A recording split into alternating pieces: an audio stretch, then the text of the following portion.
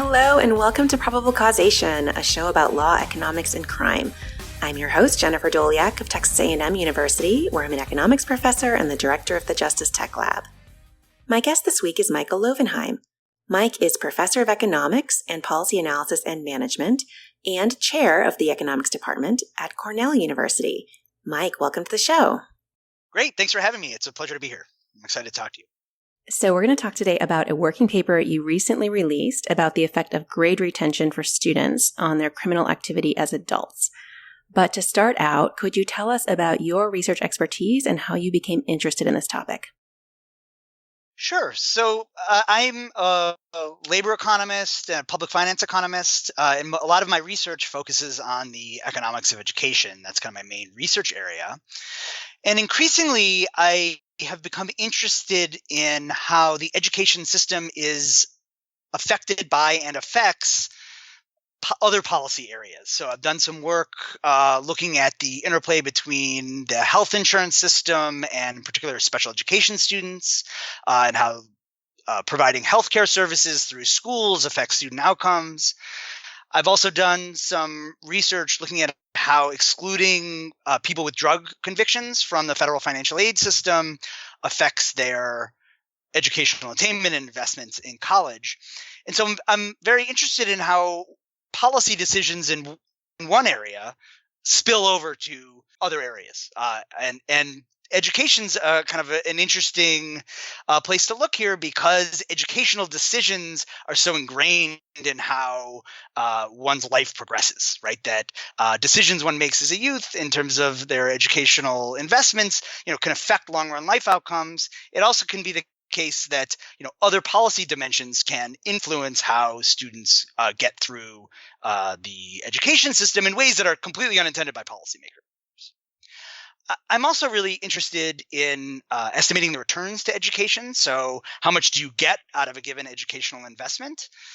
Most of those papers that look at the returns to education focus on labor market outcomes, right? So economists in general, and particular labor economists, believe that earnings are life's report card. So, you can just look at earnings and that tells you everything you want to know.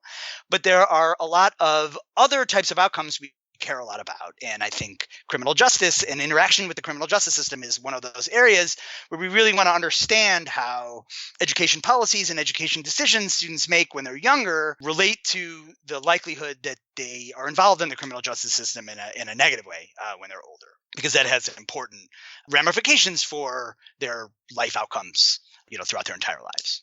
And so looking at the effects of grade retention on crime, this was like a really interesting area to look at because grade retention is something that affects a lot of students, and it is disproportionately affects students from lower income backgrounds, minority students, who also are more likely to be engaged in the criminal justice system. And so understanding that linkage, I think, is particularly important, given the prominence of these kinds of policies we're studying and grade retention more generally, as well as core concerns we face in the society about understanding what are the pathways that lead students to be involved in crime later in life. Okay, so let's talk more about grade retention. What is it and how are retention decisions typically made, I guess mostly in this country, and to what extent is this controversial? So grade retention is basically just holding students back from progressing to the next grade, right? And it can happen at any grade. The most common example of grade retention actually happens when students are very young, something called academic redshirting, which is when families hold back students from starting kindergarten or first grade an extra year. Often this is done to help students mature more so that they have a higher level of maturity when they start school. So it's done predominantly for social and emotional concerns. We are actually focused on a different part of the education distribution. We're looking at somewhat older students who are about to go into high school. So they're 8th grade students. And those decisions about whether to promote students are done by some combination of school administrators, teachers, and parents. And it really varies an enormous amount, across states, across school districts. There aren't, for the most part, set policies that determine whether students are allowed to move on. And many school districts have policies either written down or functionally that allow for what we call social promotion. So there are no academic standards that they hold students to. Students are allowed to move on kind of regardless of how they do in the prior grade. The policy we study is a test-based promotion policy that the state of Louisiana implemented in 1998. And many states and large school districts have these policies. And what they do is create clear academic standards that students have to meet in order to move on to the next grade. Right? And these have come out of generally a set of policies in the US that have gained a lot of traction over the past couple decades focused on accountability. And a lot of those accountability policies are aimed at teachers or schools, saying you have to meet certain benchmarks to get funding, or we're going to punish you in certain ways, or we're going to fire you if you don't meet certain benchmarks. So big parts of, for example, No Child Left Behind, which was President George W. Bush's main education policy initiative, were really focused on those dimensions of accountability. These test-based promotion policies are similar but focused on students. So they're student-based accountability and saying students have to have responsibility for their own academic outcomes and showing the state or the district that they are academically capable of moving on to the next grade. And really, they're focused on ending social promotion. Right? And that's really the source of the controversy. And this is a very controversial issue in the education policy community. People who are in favor of social promotion argue that it is stunting for students to move on, to be held back, particularly when they're older, right? When students are younger, it's not clear anyone notices enough, right? It's not as salient to the students because they're younger and they forget, what grade they're kind of quote unquote supposed to be in. But when students are older, so, the students we're looking at are teenagers, they're in 8th grade, it can be stunting to them. And that is the worry, that it's going to alter how they think about their own place within the education community and how they're treated by their peers and the education system. And on the flip side, people argue, sure, it could be stunting, but there's not a lot of evidence of that. And it's the case that we are allowing students to move on to higher grades without knowing whether they can actually be academically successful in those grades. And that actually can generate negative spillovers to other students, because if teachers are spending time on students who don't yet know the material they're supposed to know upon entering 9th grade, that's less time they can spend on other students who are academically qualified to be in that grade. Okay, so your new paper is titled The Effect of Grade Retention on Adult Crime, Evidence from a Test-Based Promotion Policy. It's co-authored with Oshkan Aaron and Nassim Okan. So set the stage for us. Before this paper, what had we known about the effects of grade retention on various outcomes and the effects of education on crime more broadly? So let me answer in reverse. Okay. So let me talk about education on crime. First, so there's several papers that have looked at this from a couple different dimensions. So the most of the papers that have examined the effect of education on crime look at the effects of high school attainment. So the number of years, predominantly of high school, that students attain on later in life criminal justice involvement. And the way they mostly do this is using compulsory schooling laws. So compulsory schooling laws state that students have to be enrolled in school up to a certain age. And there's a good amount of evidence that indicates that these laws induce students who otherwise would have dropped out at younger ages to obtain more years of high school, right? And so what these papers do is use changes in these laws over time across states or within a given country to and link those changes that generate differences across students and how much high school they get, and look at criminal activity later in life. In general, those papers find that students who are induced to attain more high school are less likely to be arrested or convicted of a crime later in life. However, there are kind of core issues with those papers that relate to why states or countries change these laws. And there's a lot of worry about what we in economics call the endogeneity of policy changes, right? That these policy changes are related to underlying trends in these different areas that are kind of independently moving these outcomes. And so you find a relationship, but it's kind of spurious, right? And there's some evidence that's come up that in particular these kind of law changes are indeed related to underlying trends in ways that should make us worried. The other set of papers that have come out on this look at the effect of school quality on criminal outcomes.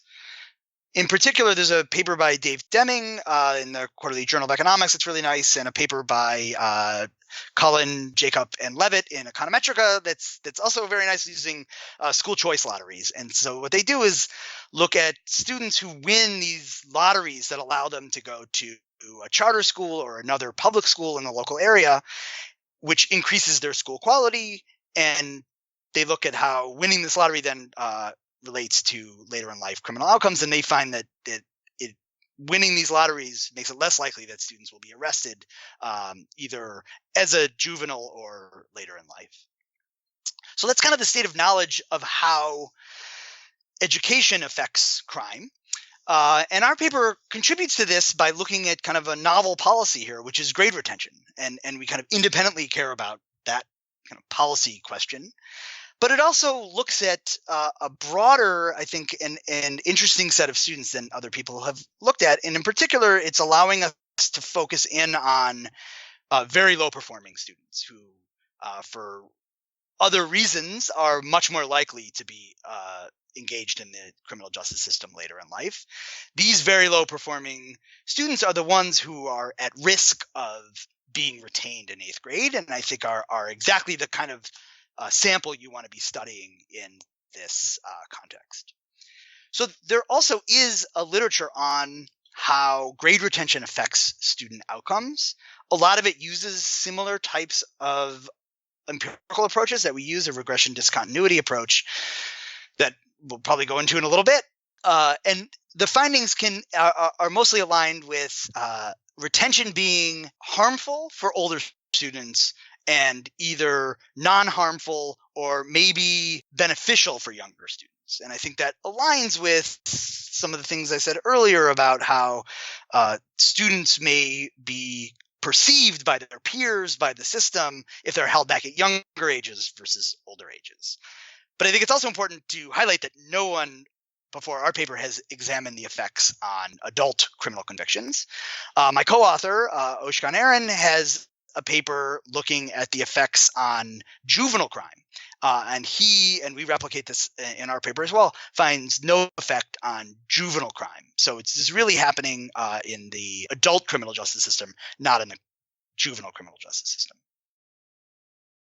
And so you've alluded to this a little bit, but talk a little bit about what the challenges are to figuring out the effects of things like educational enrollment and academic achievement on outcomes like criminal behavior. It's very hard, and, which maybe one piece of evidence that it's hard is that there's very little evidence on it, right? Even though it's an important question. And there's really two sources of difficulty. The first is data. It's really hard to find data sets that give you detailed information about a student's academic background and achievement, as well as criminal justice outcomes, right? And so that's kind of problem one, is it's hard to actually even assemble the right set of information that will accurately allow you to track students through their schooling experiences and then into their adult life and see if they are involved in crime in some way. The second problem relates to the difficulties of causal analysis. Students are not randomly held back, right? They're held back for reasons that have to do with socio-emotional adjustments to their schooling environment, that have to do with their academic achievement, and they are not held back in a vacuum, right? So typically, the decision to hold back a student is a decision that is made by some combination of school administrators, by teachers, by parents, and so any different combinations of those actors in this decision process can alter these outcomes, right? And so what happens is that the students who are retained tend to be different on unobserved dimensions that relate to that also correlate with the likelihood that they will commit a crime later in life. So, for example, students who are retained probably exhibit less motivation in terms of their academic investments. They may be from families where their parents are less likely to go in and advocate for them if the school is thinking about holding them back. Right. So that's just two examples where you can see that those characteristics would also probably be correlated with their likelihood of being involved in a criminal activity or being convicted of a crime later in life. And so even with extremely rich data that give you a lot of information about a student's background, you just can't possibly hope to control for all the factors that are correlated with the idiosyncratic decisions of schools to hold back a student, as well as the underlying risk of being convicted of a crime later in life. Right. So absent some sort of real or natural experiment, you're always worried that, like, if you see that people who are retained are more likely to commit crime later on, you worry it's just, selection on those negative factors. Their parents didn't advocate for them, or they didn't get along well with their peers or something like that. And you can just never see that stuff in the data. Yep. And that's right. And so what you need here is you need something that will affect the likelihood of being retained, but that's unrelated to all these other factors. So as you said, some kind of natural experiment, something that functionally randomizes students. But this is, again, where we run into a problem, right? No one would allow you, nor should they, to randomly hold students back, right? That's not what we're about here, right? And even if you did that, you wouldn't really get the parameter you were interested in, right? Because that, the question isn't, does randomly holding students back affect, their outcomes? It's, does holding the students back who we think or who someone thinks should be held back, right, affect their outcomes? And so what we really need is, among that set of students, we need something that can kind of randomly assign some students to be held back and some students not to be held back. And so it's a very hard environment to find the right way to study this, right? Because there aren't a lot of examples of the types of policies that would do exactly that, although we have one. You have one, yeah. So tell us, so you found one in Louisiana. So tell us about the context in Louisiana and the specific intervention that you're focused on in this paper. Yeah, so the context in Louisiana is that in 1998, they passed a law that, among other things, imposed a test-based promotion policy on a rule on students. And so the way this works is that in March of each school year, 8th graders take a set of state exams, and they have to score at proficient or above on both the math and the English language arts portions of the exams to be able to move on to the next grade. If they fail either one of those exams, they have access at no cost to them to 50 hours of summer school instruction. They are not it is not mandatory to take up the summer school instruction, but they all have access to it. And actually, enrollment rates in the summer school programs are pretty high. So they can potentially enroll in summer school, and then in July, they take a second exam. So the students who failed the one or both exams take one or both of the exams they failed again in July. I mean, it's a different exam, but testing the same information. And if they fail the exam again, they are retained. So they, by rule, cannot move on to the next year and must repeat 8th grade. So that's the rule we use to examine the effects on retention, because what you can think about here, so the technical term for what we do is a regression discontinuity design. What the test-based promotion policy does is it creates a cutoff, a test-based cutoff that's score-based, right? So students who score, 2 points apart on this test can be treated differently with respect to whether they are retained or not, right? And so we use that directly to study this question by functionally examining students who just passed versus students who just fail. These students are likely to be extremely similar on every single characteristic, right, on average. And the reason is that there's a lot of randomization to tests, right? So, maybe you filled in a bubble wrong, or you didn't sleep that well last night, or, there's a dog barking or something like that, right? Or, you studied, you didn't study one specific area that's being tested, and so you got unlucky. So those kinds of things happen all the time in testing. And so while we feel that generally tests probably tell you something about how much a student knows, if you focus in very narrowly on, a set of scores, students who score a couple points apart are unlikely to be very different on average. And that's the kind of idea behind these regression discontinuity designs, is that local to these cutoffs, so in a small area right around these test score cutoffs, students who score right above or right below are basically randomly assigned, right? And so we have the characteristics here that we were talking about before, right? That right very close to these test score cutoffs, we have students who score above and score below.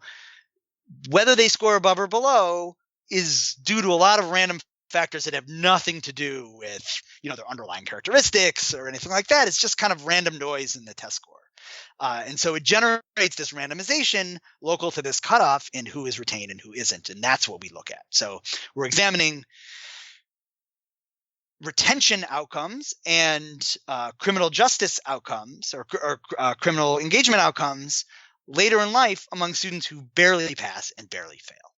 And you're focused here on that July test. So they have, they took the test earlier, they fail that, and then they go to summer school and then they take it again. You guys are focused on this July test. So talk about why you do that. Yeah. So we look at only students who take the July exam. So only students who fail the March exam. And the reason we do that is because failing the March exam has two effects. One is it gives you access to summer school. And the second is that it puts you at risk of being retained. But it doesn't necessarily make you have to repeat 8th grade, right? Because you can pass the July exam. So what we wanted to do was focus down onto a set of students for whom the test score outcome was determinative in with respect to whether they had to repeat the 8th grade. And so we look at students who failed the March exam and all who had to take the July exam, and then examine outcomes among students who barely passed and barely failed the July exam. And so why this is also nice relates to a point I made earlier about thinking about how this paper relates to the general literature. This is a very disadvantaged set of students, and I think they are of independent interest to examine in terms of how their life outcomes evolve with respect to their educational investments. They tend to be very heavily minority, which in Louisiana means there's a high percentage, in particular, of African American students who fall into this group, and they are very low achieving in terms of their test score outcomes. And so I think this is in terms of when you think about who are the students who are at risk of being engaged in some type of criminal activity or getting caught up in the criminal justice system. These are exactly the kind of students we worry about and who we think are at the highest risk. So they're a very important group of students to study. And fortunately for us, that's the group that really is the most likely to be in this July sample of test takers. Briefly, want to talk about kind of what happens when they fail the test. You're also in a setting where not everyone who fails the July test winds up being retained, right? There's some advocacy along the margin or other things go on. Some people who don't fail get held back, and some people who do fail don't get held back. So talk a little bit about that. Yeah, so this is what we call one of my favorite terms in all of economics, a fuzzy regression discontinuity design. So the fuzzy RD is exactly what you said, that it's not the case that failing makes it you go from 0% chance likelihood of being held back to 100% likelihood, right? That would be a sharp regression discontinuity. The fuzzy RD means that failing the test increases dramatically, in this case, the likelihood of being retained, but it's not from 0 to 1, right? So there's two reasons for this. One is that some students are retained even though they pass the test. There's actually an attendance requirement, and about 5% of students who pass this exam fail the attendance requirement and are forced to repeat the 8th grade. The bigger issues on the other side, about 35% of students who fail the exam are still able to move on to ninth grade. And there is an appeals process that you can appeal to the state. And for the most part, it's related to some kind of hardship you've experienced that explains why these test scores are not indicative of your actual educational, ability or achievement. And so about 35% of students successfully appeal. But one of the nice things about the regression discontinuity design is that these problems, if it's really the case that functionally around these test score thresholds, that students passing versus failing are kind of randomly assigned, the fact that it's not perfectly determinative of whether you are retained is not actually a problem. All you need is that, for example, the proportion of students who don't pass the attendance requirement are similar on either side of the cutoff, which is the case here, right? So you just need the proportions of students who don't comply with the test-based rule.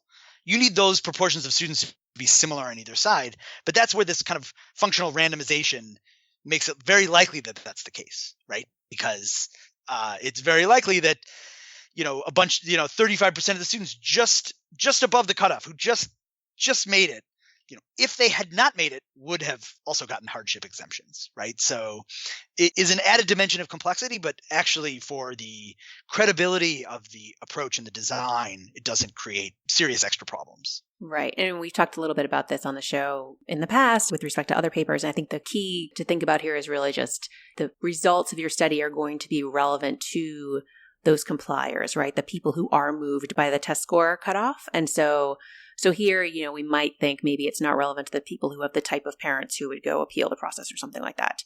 But for a big share of this population, it's going to be relevant. That's right. And we find that the effect of being right below the cutoff increases the likelihood that you are retained by 68 percentage points. So it's a big effect.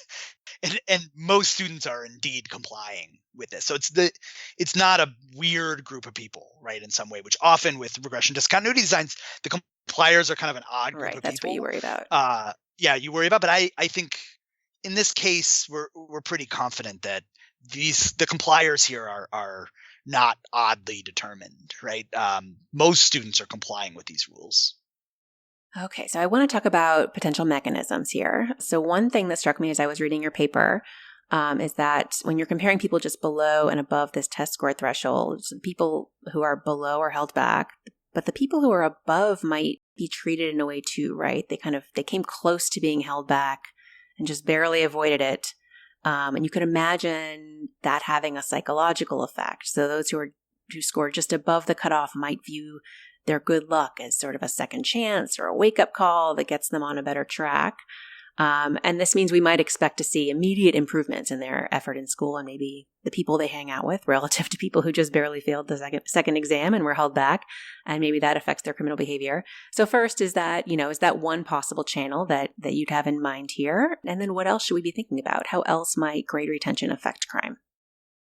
Yeah, so first, that is a really important potential mechanism.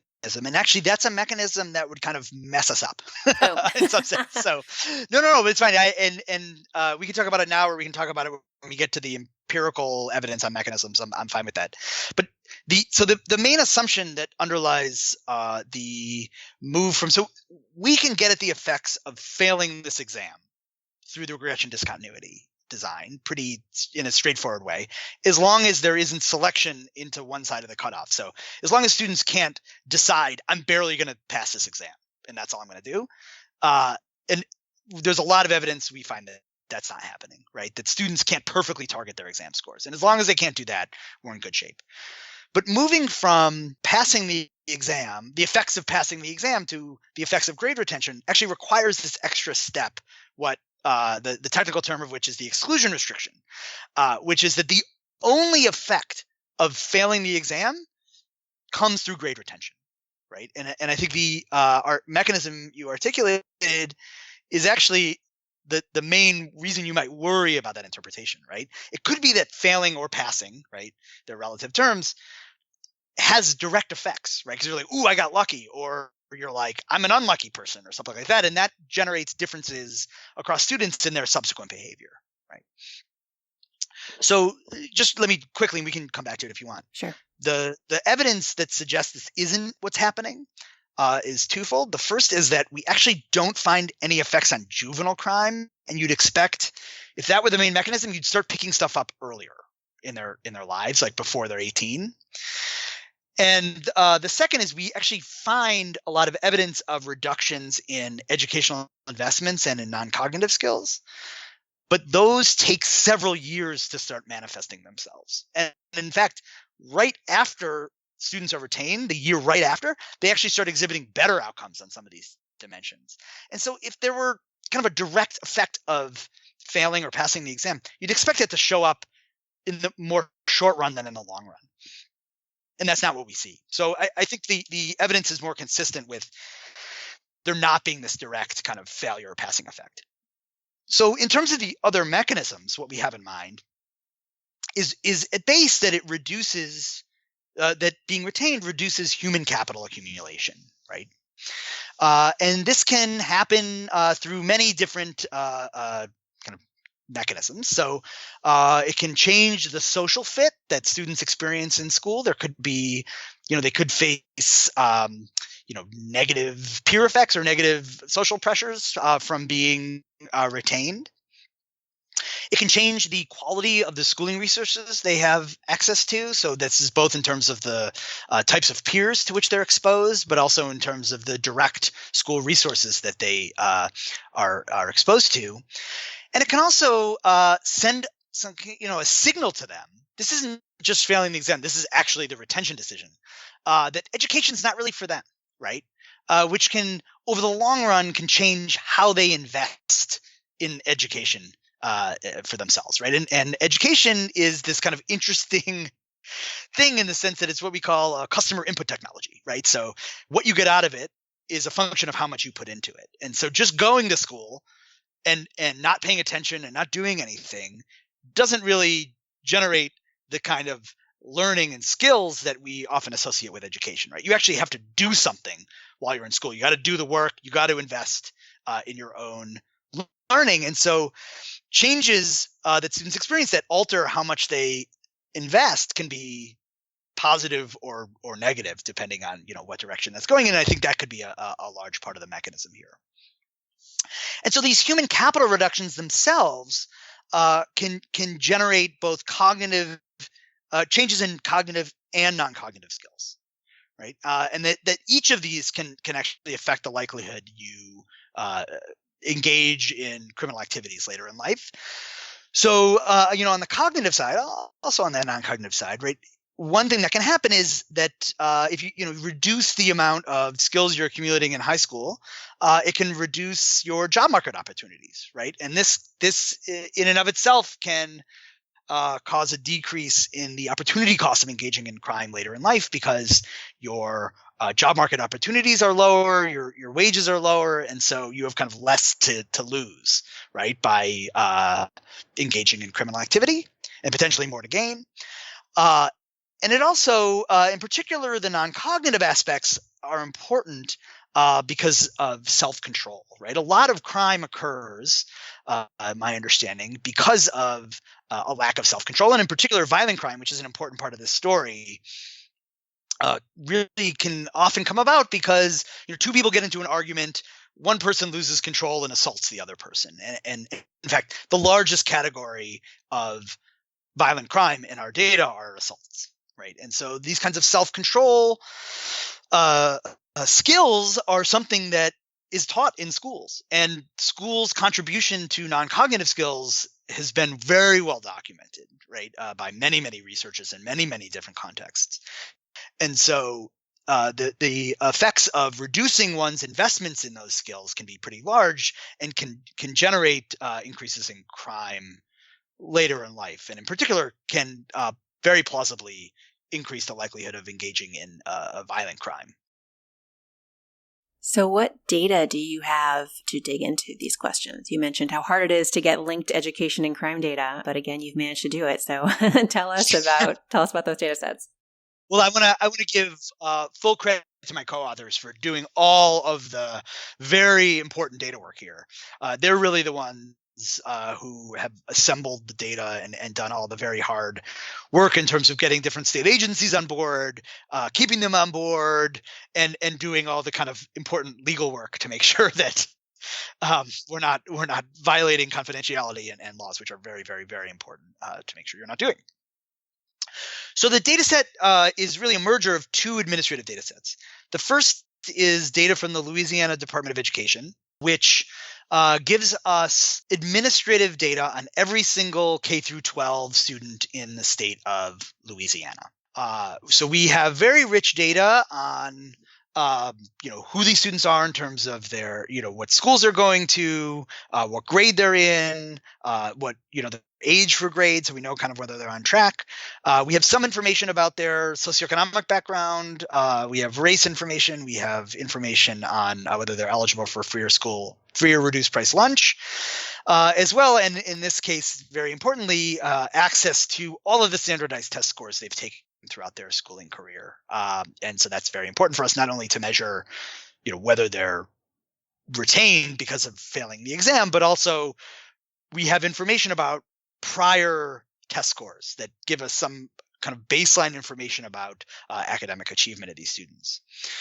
And these data sets are great. A lot of different states have them. Getting those is hard but feasible. And the real innovation here, again, all credit to my co-authors, comes from the merger of these data with information from the Louisiana Department of Public Safety and Corrections on the universe of criminal convictions in the state as well. And the key thing is being able to merge the criminal convictions data with the schooling data, which we can uniquely do. I'm not aware of any other research team that's put together a data set like this at the state level that can give you information on, the history of schooling inputs or outcomes for students, as well as, the universe level or population level data on criminal convictions within a state. And so since you've got convictions, you're not going to be looking at arrests, for instance, right? This is crimes that people have been convicted of regardless of the sentence, if I'm recalling correctly. That's right. Okay. Yes, that's right. So if you were convicted of a crime in the state of Louisiana, you are in our data. And I think this the difference between arrests and convictions is an important distinction. I think there's pluses and minuses to this. You're more, you know more about the crime area than I do. So, tell me if you think I'm off base here. But, the way I think about this is, on the minus side, right, there's a bunch of people who are caught up in the criminal justice system who are not observing, right? And you might worry that, who's actually convicted and conditional on getting arrested. On the plus side, convictions are really important, right? So if you're just arrested and then released or not convicted, there's less of a negative outcome both for yourself and for society for that, right? The likelihood is you probably didn't commit the crime, right? So it's not clear what arrest without conviction actually means. What's nice about convictions, or looking at conviction outcome, I should say, not convictions, is that it's a very serious outcome. And yes, people are wrongfully convicted, but I think for the most part, the types of convictions we're looking at, these aren't serial killers. These are like an assault happened and people witnessed it, right? So the likelihood that they get the person is probably high. And so these are very serious outcomes, both in terms of their cost to society and in terms of the personal cost to the individuals. And so I think there's value to looking at this, very serious outcome. Mm-hmm. Yeah, I mean, I think this is an area where we'd, of course, love to have both arrests and convictions, but that's even harder than linking one set of data with the school records. It's linking two. And I agree. I mean, I think that having convictions, it won't not everyone who's convicted didn't necessarily do it, and there are plenty of people who did commit crimes who aren't convicted. But the conviction itself has real meaning and does affect your life going forward. So I agree that they are important. Good. I mean, and look, it's what we have, so yeah. But I think it's important. But that doesn't necessarily mean we should, right? But I think in this case, it is. Convictions are informative with respect to the core questions we have about how this policy and educational investments affect long-run outcomes. Yeah, absolutely. Okay, so what do you find? What are the main results in terms of the effects of grade retention on crime?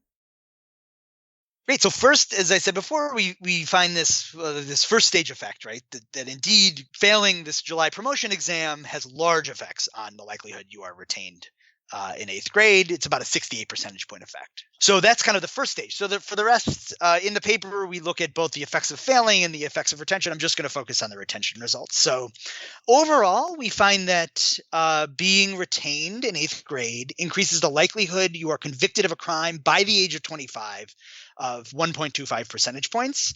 This is about an 11% effect relative to the mean, but it's not statistically significantly different from zero at kind of even the 10% level. So it's a decently sized effect, but it's not significant.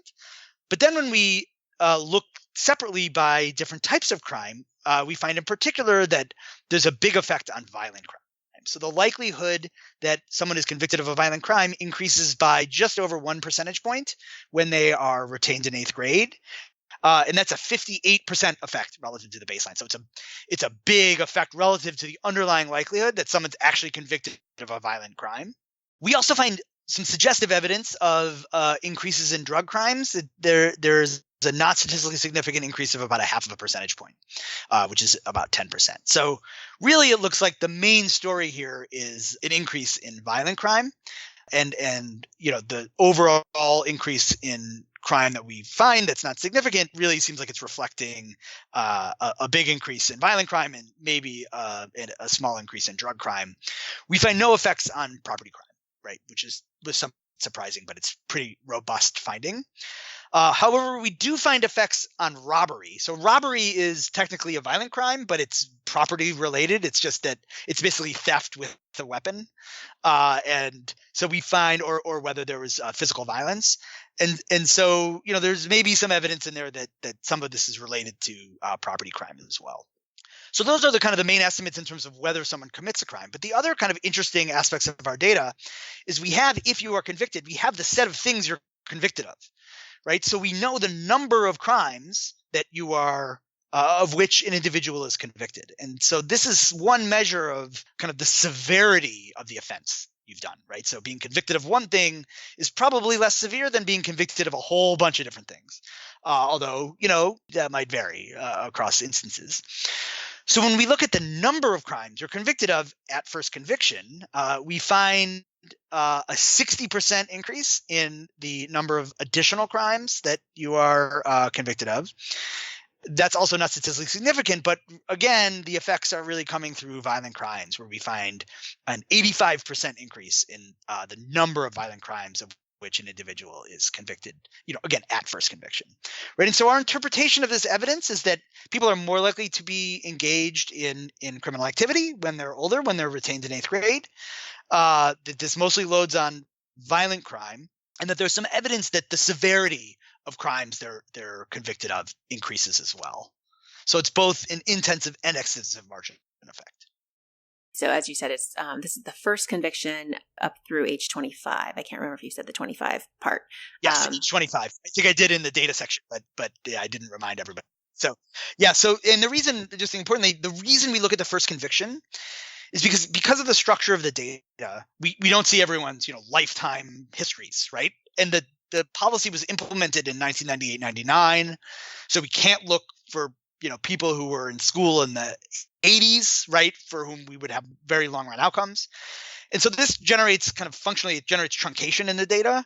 And so if you were to look at, for example, recidivism, which is a very important outcome, the set of people who are eligible to recidivate are those people who went to prison but were released within the time period of our data. And that's a very selected sample. And so it makes the most sense from a data perspective to look at first conviction. Okay, so let's go back to the mechanisms you talked about earlier. You're able to do a little bit to test which channels seem to be driving these effects. So tell us how you do that and what you find there. Great. So we look at several different markers of human capital investment and achievement. And so the first we look at is dropout. So we find a 7 percentage point increase in the likelihood that students drop out of high school if they are retained in eighth grade, which is a big effect. It's about 16% relative to the mean. So these students are are much more students who are taking the July exam are much more likely to drop out than other students.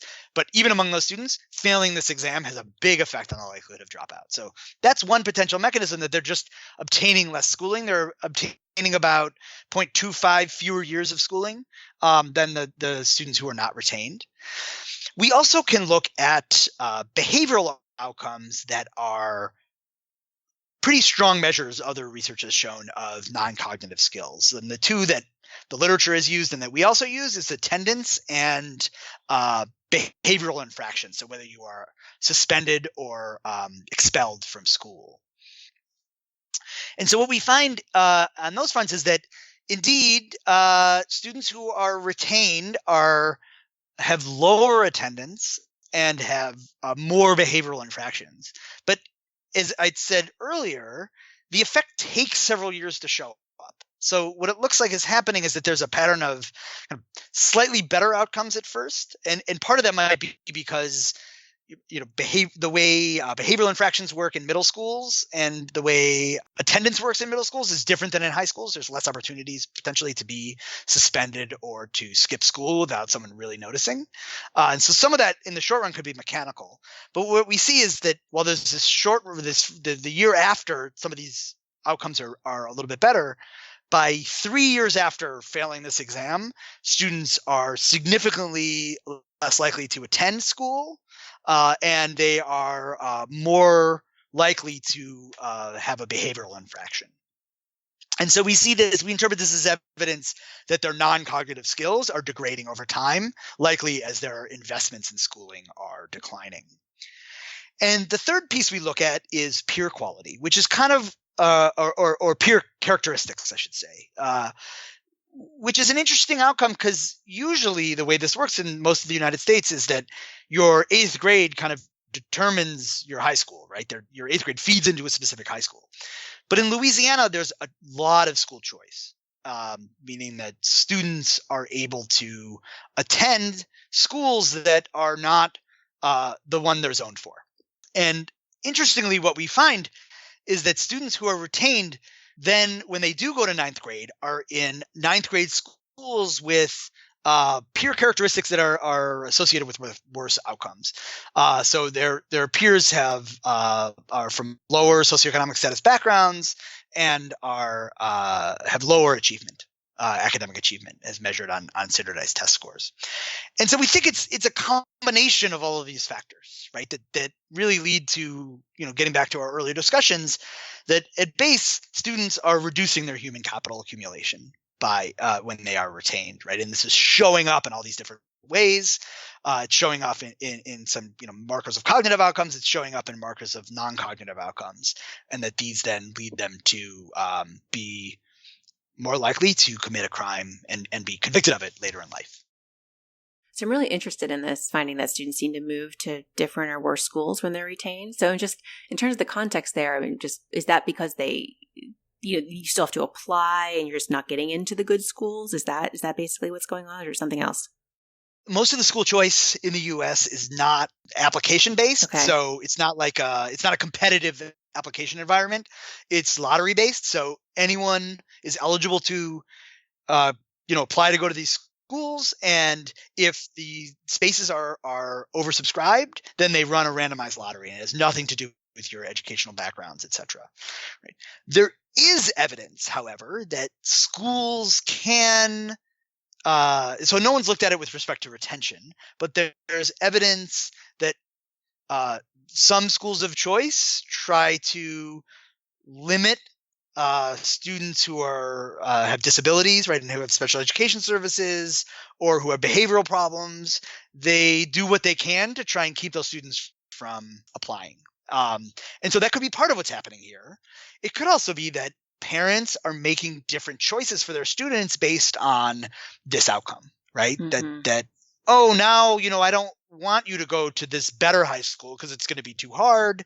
Now I'm going to send you to this other high school, right, where I think maybe you will be more academically capable of succeeding.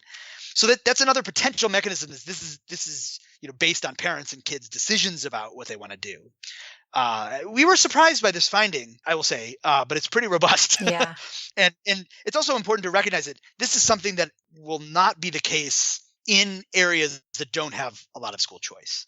However, a lot of the states and school districts that have these kind of test-based promotion policies also have a lot of school choice because these policies, there's no mechanical relationship, but the kinds of lawmakers who tend to like school choice also tend to like these test-based promotion policies. So, politically they tend to go together a lot, and so they often are linked.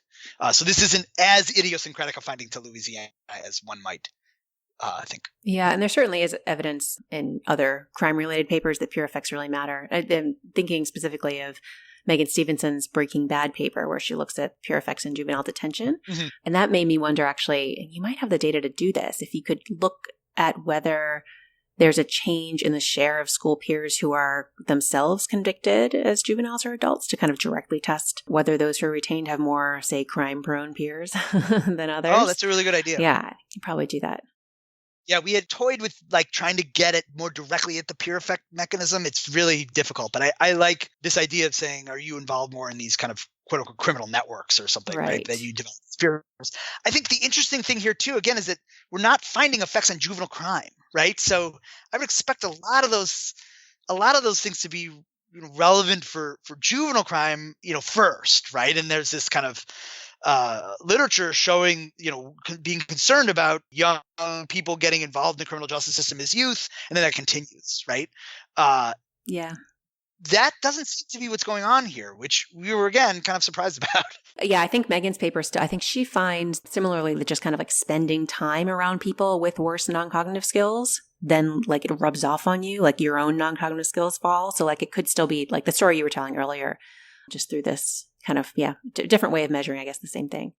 Yeah, we could also look at peer behavioral outcomes because we have it for everybody. So it could be also, we could look at, whether you're more likely to be convicted later, but we could also just say, do you have worse behaving peers, which we haven't done, but we should do. Yeah. That's a really good idea.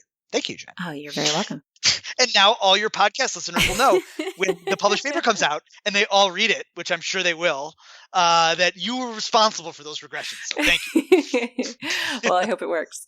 Okay, so you do a bit of a cost-benefit analysis here, or at least a cost analysis, I guess. So what do you estimate are the costs to society of retaining someone in 8th grade? So we don't have the full cost of society. So what we do is use the social cost of crime estimates that other people have come up with. Donahue in particular, his 2009 paper. And we use the estimates of the social cost of assault and robbery.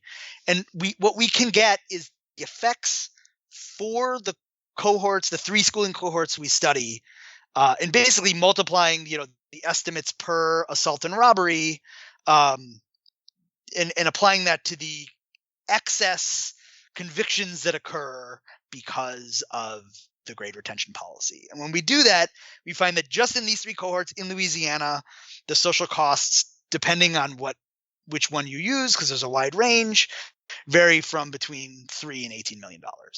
So if you multiply that by the broader set of students who are affected by these policies, it's a pretty big number. Yeah, I agree. That's a big number. Okay, so based on your paper and the other work in this area, what do you see as the policy implications here? So I think the core policy implication here is that as it currently operates, the benefits to grade retention need to be large in order to justify the kind of costs that are occurring here, right? That there might be benefits in terms of students working harder, in terms of, the incentives that underlie these policies, and in terms of not generating potential negative spillovers on other students. So one of the other benefits that proponents of these policies discuss is that by removing students from the class that are not academically capable of being there, you are allowing teachers to focus on the students who do have the skills and knowledge to be in the grade, right? And so that can help the students who are promoted, right? As well as potentially the students who are not promoted by giving them an extra year, and by, inducing students to work harder, right? So there are real potential benefits of these policies that I don't want to understate. It's just that the costs we just discussed are high. And so the benefits that outweigh those costs would also need to be high. And there's functionally no research that really identifies those kinds of benefits for anyone yet. That doesn't mean they don't exist. It's just we don't have that research yet to suggest that. But another way to read the policy implication here is that there is a set of students who we can identify who are actively harmed by this policy. And these are the students who are being retained. And so another set of policies one can think about is, let's keep the retention policy, but invest in those students more directly and try to not have this be a punitive policy towards them in terms of, reducing their investments in schooling, but try to use this as an opportunity to help them invest more effectively and make this a productive experience for them rather than a detrimental one. Again, we don't really know how to do that, but I think we also haven't fully tried to do it, right? Trying to provide more resources to make sure that these students are successful when they are retained would be a really interesting policy initiative that I'm not aware of any state or school district engaging in. I would like to see them do that. It would be really interesting. Yeah, and your results showing that, part of the effect is coming from moving to schools with worse peers also suggests that those peers who have been in those schools all along are probably are harmed, right, by that environment too. So there's sort of like broader issues are along the same lines that figuring out how to invest in these kids that are kind of at high risk is really important. Exactly. Yeah. And the nice aspect of this policy is, we know who they are, right? It's not like they're hidden. We're like, oh, there's a bunch of students who failed the test-based promotion policy. They're eligible for this set of services, right? And that they do. And I think, often when policymakers act, right, they do things in, somewhat in silos. Say, oh, we're going to do this thing, this one policy, but don't then think about, are there other policies we can layer on top of this that will help address any adverse consequences of what we're doing, right? And I think that's a nuanced view of policy, but also one that I think is the correct one, which is to say maybe the right thing here isn't to eliminate these test-based promotion policies because they might be having real benefits.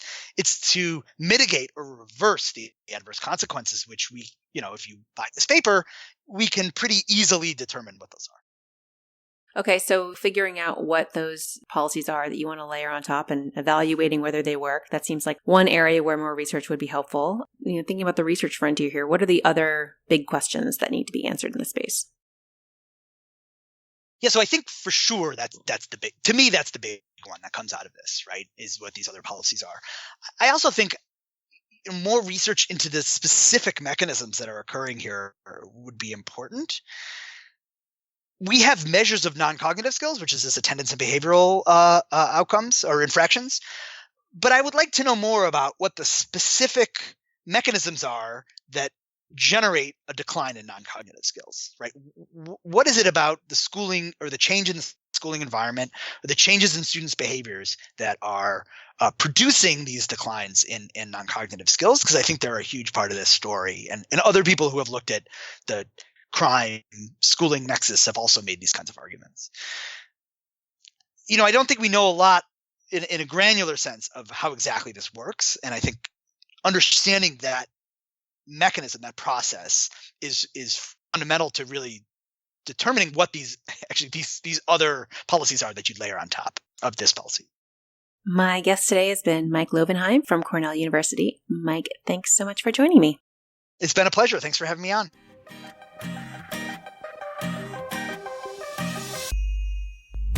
You can find links to all the research we discussed today on our website, probablecausation.com. You can also subscribe to the show there or wherever you get your podcasts to make sure you don't miss a single episode. Big thanks to Emergent Ventures for supporting the show, and thanks also to our Patreon subscribers. This show is listener supported, so if you enjoy the podcast, then please consider contributing via Patreon. You can find a link on our website. Our sound engineer is Carolyn Hockenberry with production assistance from Elizabeth Pancotti.